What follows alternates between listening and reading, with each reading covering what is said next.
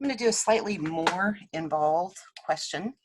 On this one, I am going to push my son in the snow uphill on a sled. So the mass of the sled, plus the mass sled, plus mass of son equals, I don't know, let's go with 55 kilograms. Why not? So I'm pushing those two up the hill, and the coefficient of friction with the snow to the surface, to the sled, is this 0.1. The hill incline is this 34 degrees, and the angle I'm pushing at is 25 degrees. And the wording that you'll normally see is 25 degrees to the horizontal, When you see that, that's referring to the surface that's being pushed on. It's not referring to this surface, it's referring to this one. So to this horizontal, I am pushing at 25 degrees. So whenever you see something like this, the thing that I encourage people to do is to go ahead and draw your forces on the diagram itself, and then turn that and make it a nice, clean, neat diagram or free body diagram for you to do your summation of forces with. I'm going to exaggerate things. What color do I want? Let's go with this. I'm going to exaggerate things like I've done before, just to make sure that we keep them straight. The force of gravity from the sun sled system is pointing straight down towards the center of the earth. If I carry it all the way down to the bottom of the triangle, I make sure that it's perpendicular at the bottom of the triangle. That points towards the center of the earth. So there's my force of gravity. And then I have the contact force between the sun and the sled and the hill. Well, that contact force is the normal force, and I'm going to draw it large just to where it's above my son and the sled. And again, that's perpendicular to the surface. There's my force normal. Now, the force of friction is perpendicular to the force normal. Or one way to think about it is the force normal is always perpendicular to the surface. The force of friction is resisting the motion. So if it's resisting the motion, and the motion is going this way, well, these two, the force normal and the force friction, have to be 90 degrees to each other. So there is my force of friction. And here's my force push. I'm just going to leave it that way for now. And let's see if I can do a smaller little thing. Let's see, what am I saying? I'm saying that the angle here is this 25 degrees. So that angle there is 25 degrees. Now, this is why I said do it here, and then we're going to carry it down into a free body diagram. Let's see what our free body looks like. So here's the sun sled system. My force of normal, let's see, I'm going to go ahead and make that on the y-axis. So I'm just rotating this picture. And if I kind of do a line straight down from the force normal, that gives me this angle here between the normal and gravity. Well, the angle between normal and gravity is the same as the incline angle itself. So my force of gravity is coming out this way, down from the normal. See, so this angle here is my 34 degrees. This one here is 34. Cool. Now the force of friction, well, that one is 90 degrees or perpendicular to my force normal. So I can just draw that in. Make sure that's a straight line-ish, as straight line as I can get. There's my force of friction. And we're left with one last force. Now here's the thing with our free body diagrams. I don't have my vectors going into the center. All of my vectors emanate out of the center. So what I can do is kind of extend this line here. Let's use this color. My force normal, or my force push rather, is kind of like coming in like this. And we know what that angle is. Well, now to carry it through, there's my force push. So now let's think about what this angle is between the x-axis and the force push? Well, I know what this angle is, and I know that it's intersecting a line. So by trig identities and lines, well, I know that alternating angles are going to be the same. So the interior angle here is going to be the same as this interior angle. And this angle here is going to be the same as this angle. So let's just go ahead and draw in this. This is going to be then theta equals, well, this is my force push, 25 degrees. So that's 25 degrees, that's 25 degrees. And this would be 90 minus 25, 90 minus 25. So now I have it. Now the next step is to define what I am calling positive. I always like to go the direction of motion as being positive. So if I'm going this away, I'm going to call that the positive direction. So I'll go like this, that's positive, and I'll stick with normal and go up is positive. So now I can do my summation of forces. Start with, I don't know, let's go with our x's. So the summation of forces in the x direction then, let's see, I have some of this force push, well, that's what's going to make me go up the hill. So I have an x component of that. That is the thing that is making my son go.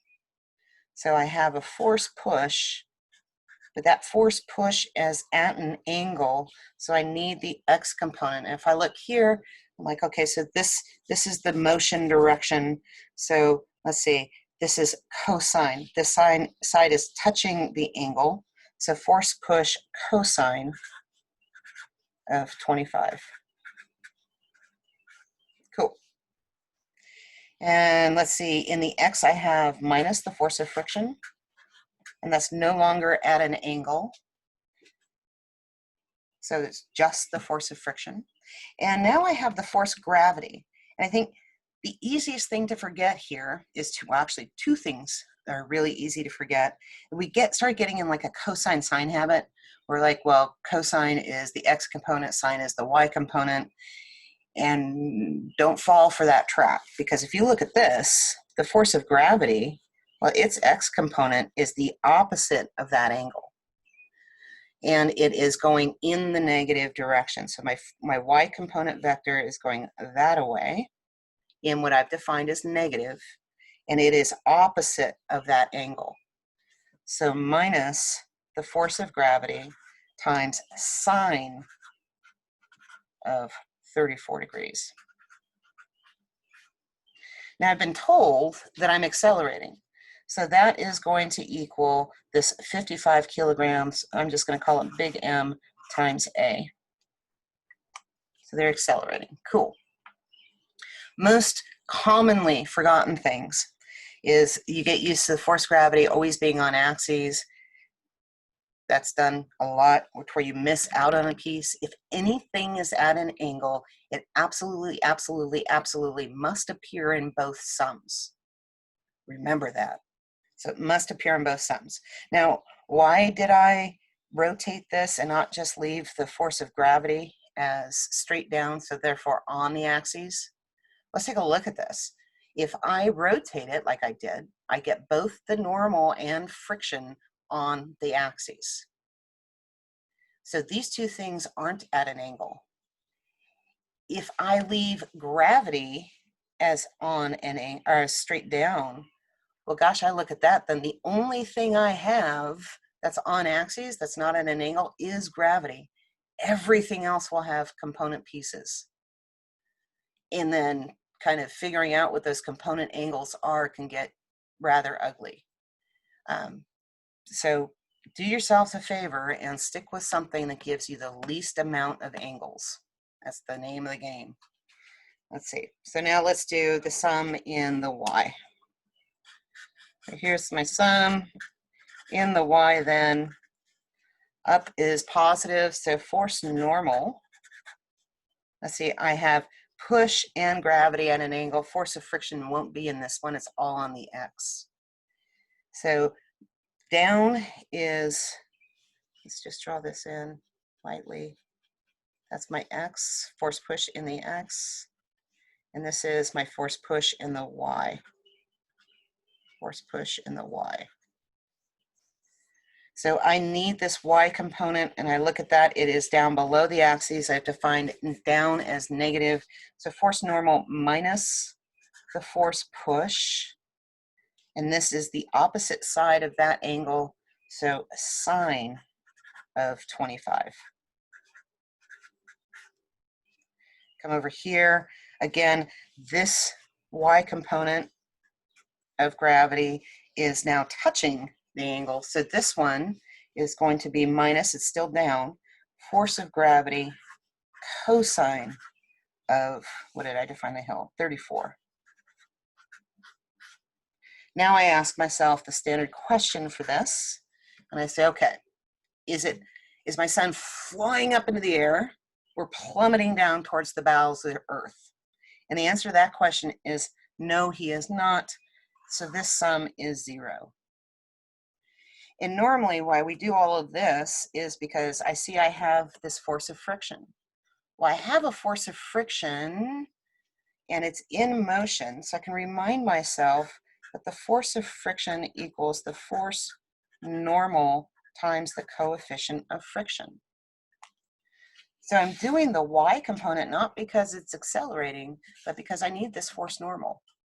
So I need to define what's happening with my force normal. And if I go back and just kind of think it through, this is how I double check for mistakes. I go back and think it through. I'm pushing down, so I should be increasing that force normal.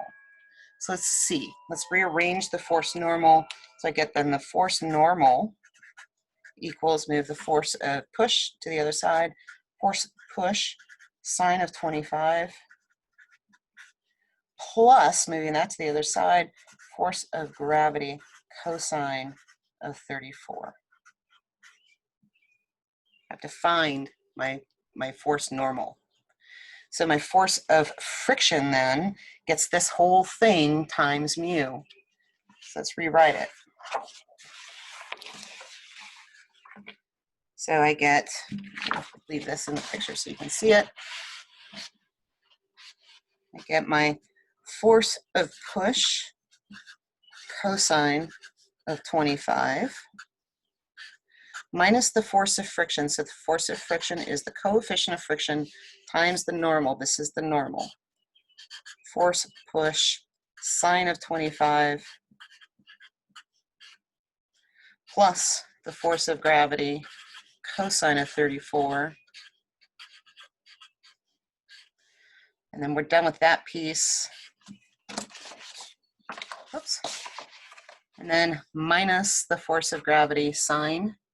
So I'm taking just this last piece here. Minus the force of gravity sine of 34 equals ma. Let's see if we can't clean that up any. Let's see. So I have force of push cosine of 25 minus mu force push sine of 25 minus, just carrying that negative sign through, minus the force of gravity cosine of 34 minus, because that's a negative, minus force of gravity sine of 34 equals the mass of the two of them and the rate they're accelerating. And I forgot my mu. So I forgot to distribute it in. So I have the coefficient times these two terms. And I have, let's see, the force of gravity. So I can actually simplify this sum. So I'm not button pushing quite as much. I can, let's see, I can pull out the force push. I can pull out my force push, and that gives me cosine of 25 minus mu sine of 25. There's one. And I can remind myself that the force of gravity equals mass times gravity.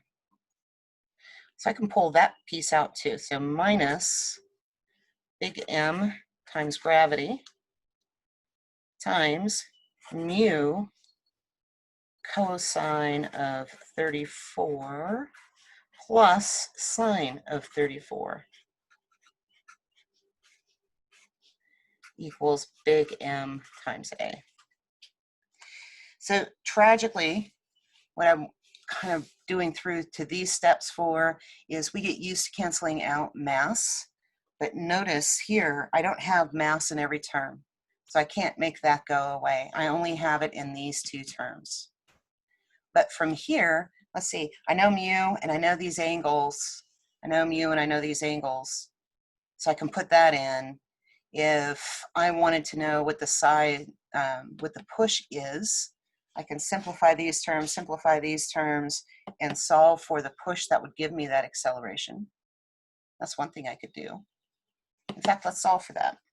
So I can go force push times cosine of 25 minus mu times sine of 25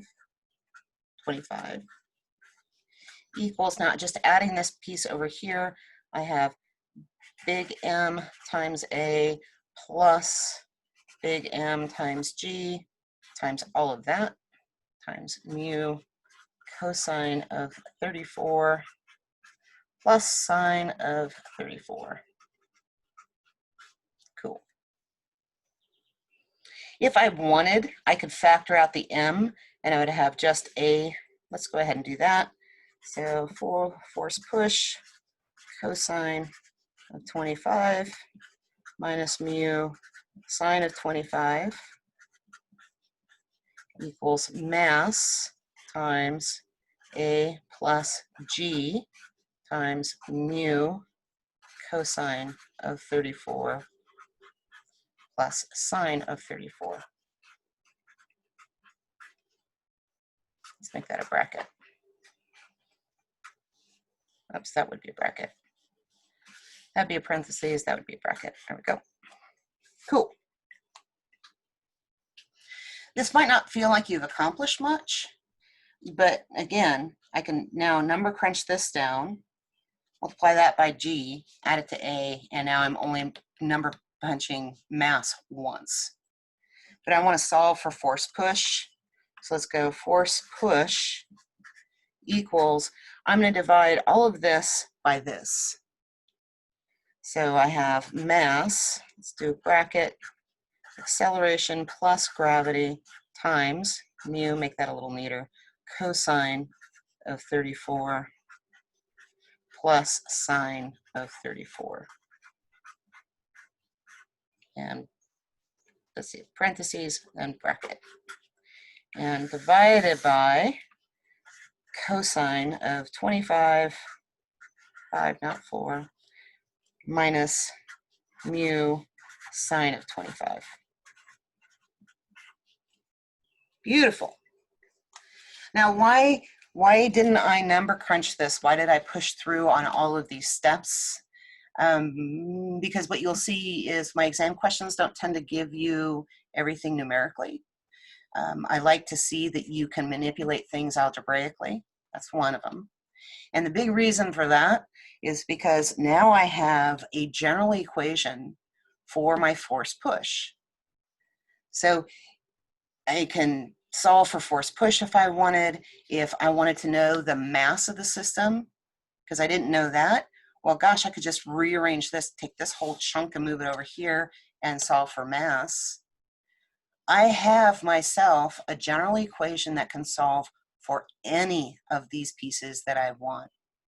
Once I've kind of done this little factoring step to simplify it, then I can just move chunks of the equation around to solve for any of the variables that I need. The trap y'all fall into is you get to this step. Yeah, this is the right one. You get to this step and you immediately turn all of these things into values because you don't like the manipulation.